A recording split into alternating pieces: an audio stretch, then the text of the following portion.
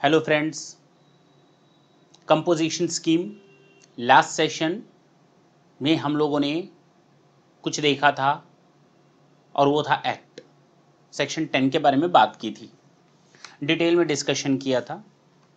हमको एक दो मेल्स तुरंत आए, पूछा गया सर पहले तो ये बताइए अगर हम दूसरे स्टेट से इनवर्ड सप्लाई करते हैं तो क्या हम कंपोजिशन स्कीम में जा सकते हैं इंट्रा स्टेट सप्लाई।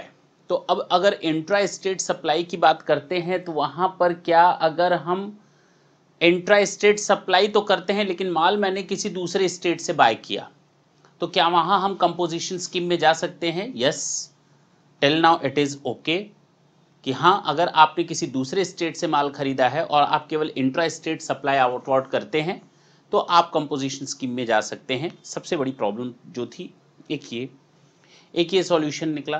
दूसरा एक और क्वेरी आई कि सर जो आपने टैक्स रेट्स बताए थे ना 0.5%, 1% एंड 2.5%, ये आपने रेस्टोरेंट के लिए बताया था, बिल्कुल सही है। मैन्युफैक्चरर 1% एंड 0.5%, ये आपका सिस्टम था। 0.5% आपका ट्रेडर के लिए, 1% मैन्युफैक्चरर के लिए एंड 2.5% रेस्टोरेंट के लिए।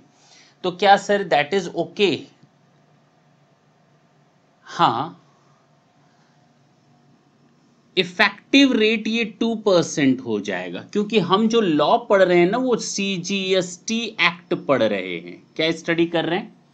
जब भी आपके ऊपर टैक्स लगेगा इंट्रा स्टेट करने का तो CGST प्लस SGST लगेगा, तो जितना CGST होगा उतना SGST लगेगा। तो basically that is not 1%, that is 2%, that is not 0.5%, that is 1%, that is not 2.5%, that is effectively 5%। तो ये हमारे टैक्स रेट हैं, इस चीज को आपको सेट करना है क्योंकि हम लोग CGST एक्ट पढ़ रहे हैं तो CGST केवल अपने टैक्स रेट को बताएगा ना कि SGST के रेट को बताएगा। चलें, ये दो डाउट्स थे, वो दोनों डाउट्स हम लोगों ने आज दूर कर लिए। अब जरा रूल्स की बात करते हैं। सर आज का सेशन लास्ट सेशन है आज रूल्स के लिए CGST के। अभी तो हम लोग की कहानी बहुत आगे तक जाने वाली है, कहानी पे कहानी, कहानी पे कहानी। आज हम लोग कंपोजिशन रूल्स की बात करेंगे और मैंने लास्ट सेशन में आपको कुछ फॉर्म्स के बारे में बताया था। CMP 1 2 3 4 5 6 7, ये 7 फॉर्म्स मैंने बताए थे। आज हम उन 7 फॉर्म्स के बारे में जानेंगे, when and where these forms can be filled up. Okay, सबसे पहला रूल नंबर 1, कंपोजिशन रूल्स में रूल नंबर 1 क्या है? आपका जो रजिस्ट्रेशन हो सकता है ना, मेरी बात ढंग से सुनेंगे, बहुत इंपॉर्टेंट है क्योंकि कंपोजिशन स्कीम में आप अगर जाना चाहते हैं तो तरीके हैं। आप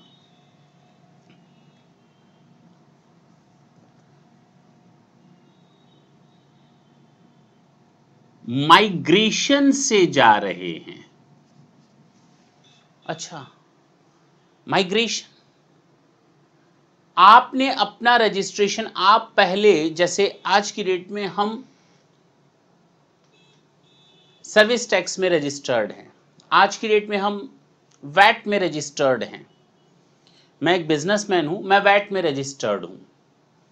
अब GST आ गया तो मुझे अपने आप को GST में कन्वर्ट करवाना पड़ेगा, मुझे अपना रजिस्ट्रेशन GST में करवाना पड़ेगा।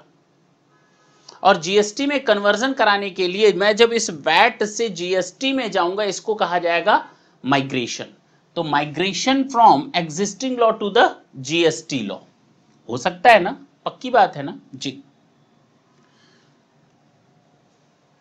दूसरा एक तरीका और हो सकता है कि एक लॉ आने के बाद, यानी GST अप्लाई हो गया through out India, GST is applied now, मान ले GST एप्लीकेबल हो रहा है। और अगर GST एप्लीकेबल हो रहा है तो कोई एक नया बंदा जो बिजनेस स्टार्ट करना चाहता है, वो न्यू कमर है, उसको रजिस्ट्रेशन करवाना पड़ेगा।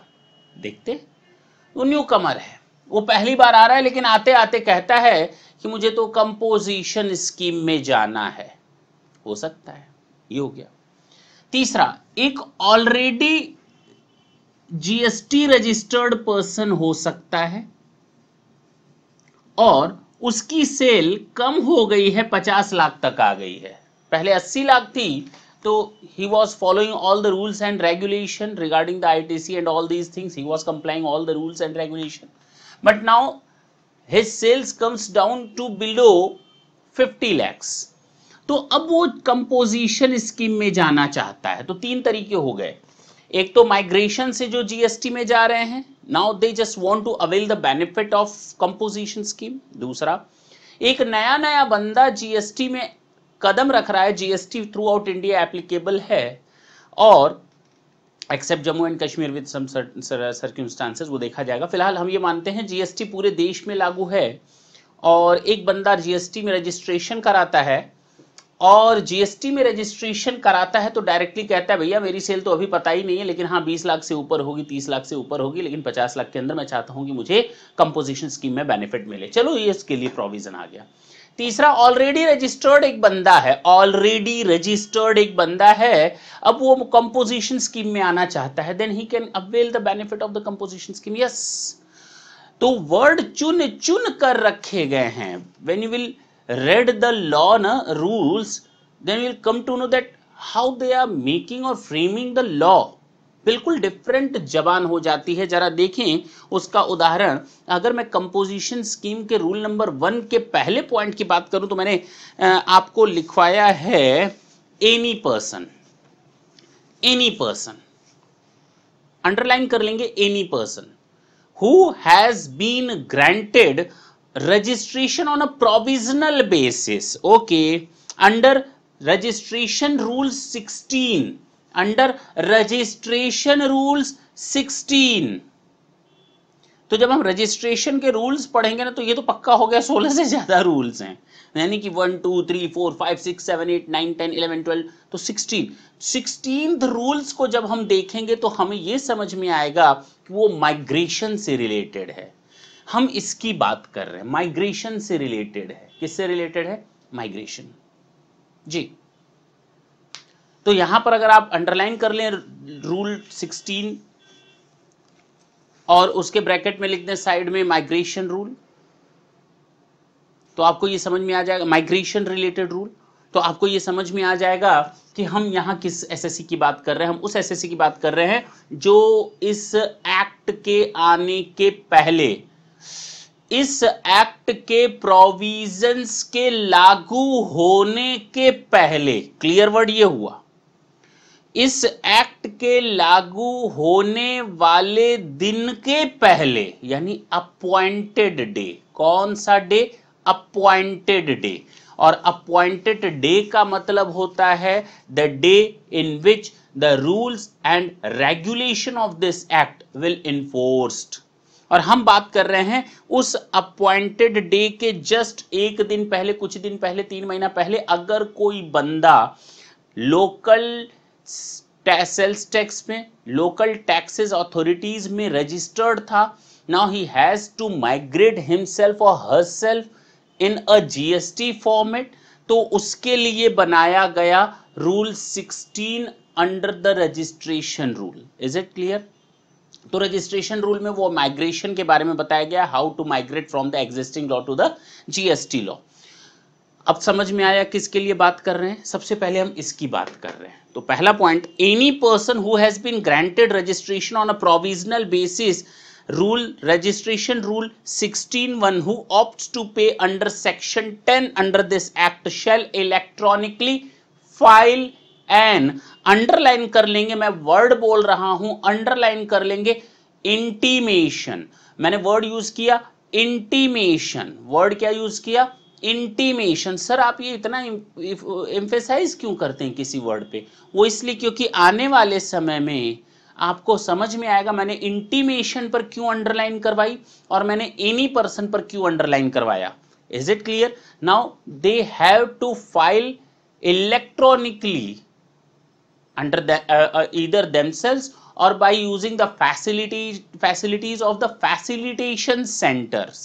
जो नोटिफाइड होंगे फैसिलिटेशन सेंटर, हम वहां पे भी उनसे सहायता लेकर के, हेल्प लेकर के अपने इस CMP1 को फाइल करेंगे। किसको फाइल करेंगे? GST CMP1 को फाइल करेंगे। तो इसका मतलब GST CMP file, GST CMP form is to filed by those SSE who are under the migration system and they just want to follow composition scheme under this act. Is it clear? जी sir बिल्कुल clear हो गया। Duly signed on the common portal either directly themselves or by using the facility of the facilitation center prior to the appointed day। तो अब समझ में आया appointed day का मतलब क्या हुआ? appointed day का मतलब था जिस दिन ये एक्ट एप्लीकेबल होने जा रहा है इफेक्टिवली, उसके जस्ट पहले वाले समय की बात कर रहा है। Just prior to the appointed day but not later than 30 days after the said day। यानी कि किसी भी कीमत पर, किसी भी तरीके से a person has to registered himself under section 10। Registration हो गया प्रोविजनल बेसिस पर, उसको इस सिस्टम या स्कीम में 30 दिन के अंदर आ जाना है एनी हाउ, फर्दर पीरियड और the period extended by the commissioner. ठीक है, वो बात की बात है। Provided that where the intimation in CMP1 is filed after the appointed day, the registered person shall not collect any tax from the appointed day but shall issue bill of supply। ये तो पक्की बात है कि मैंने ये last session में भी आपको बताया था, once you will get the benefit of composition scheme, now you are not entitled to issue tax invoice। We are the person who is getting the benefit under section 10 is needed to issue or raise a bill of supply instead of issue a tax invoice। तो tax invoice issue करने की जरूरत नहीं है, bill of supply आपको करना है। Is it clear? जी sir. Any person who applies for registration, इधर देखेंगे, इधर ये any person, फिर से any person, मैंने ऑलरेडी रजिस्टर्ड या एनी रजिस्टर्ड पर्सन नहीं बोला, मैंने क्या बोला? Any person who applies for registration under rule, registration rule 1, rule registration 1 नहीं, रजिस्ट्रेशन रूल्स 1। जब आप रजिस्ट्रेशन रूल 1 में देखेंगे तो वहां न्यू कमर की बात हो रही है, वहां पर अपॉइंटेड डे नहीं है। जीएसटी के प्रोविजंस चल चुके, मान लो 10 अक्टूबर 2017 की बात करते हैं, उस समय पूरे हिंदुस्तान में जीएसटी के प्रोविजंस एप्लीकेबल हैं।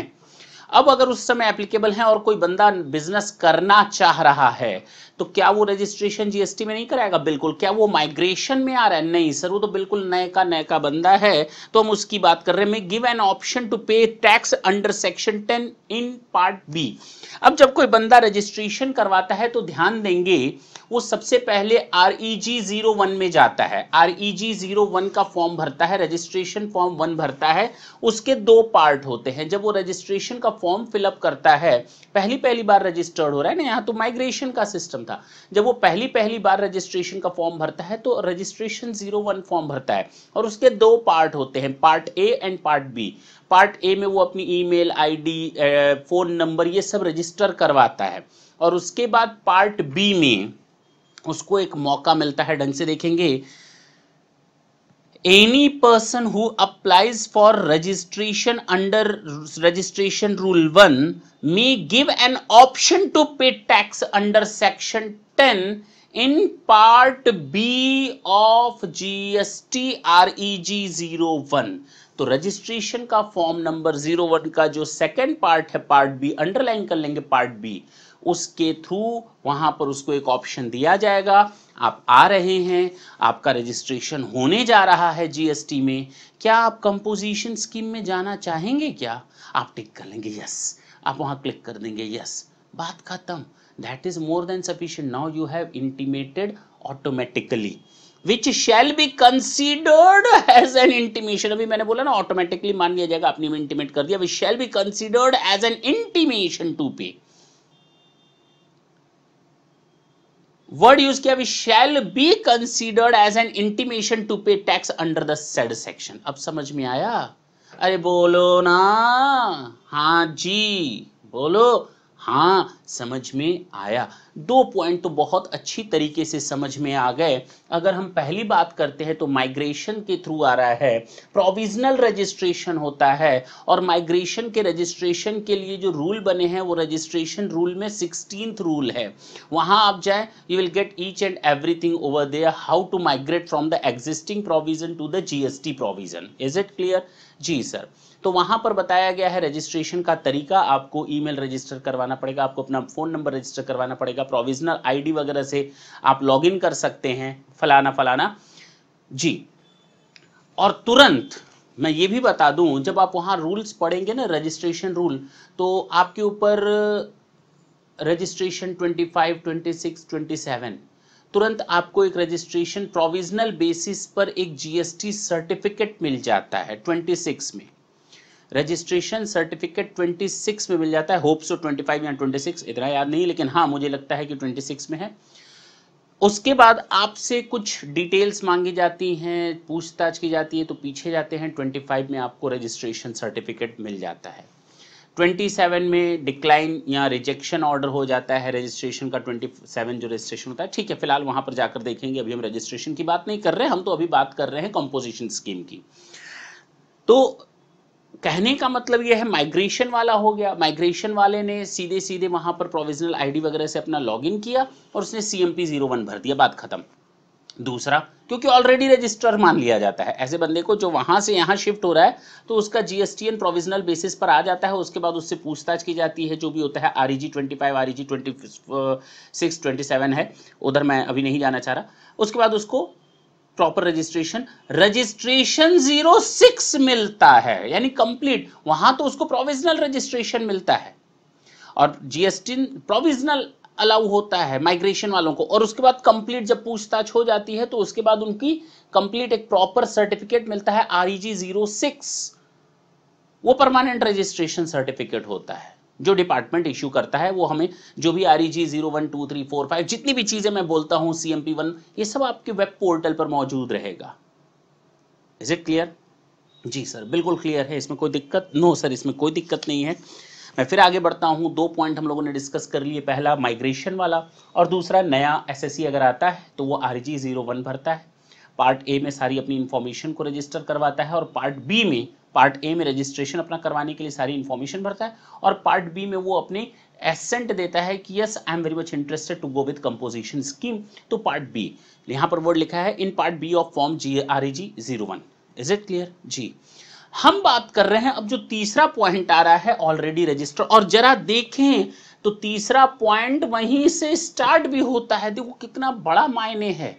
जब हम इसकी बात करते हैं तो इंटीमेशन, जब इसकी बात करते हैं तो इंटीमेशन।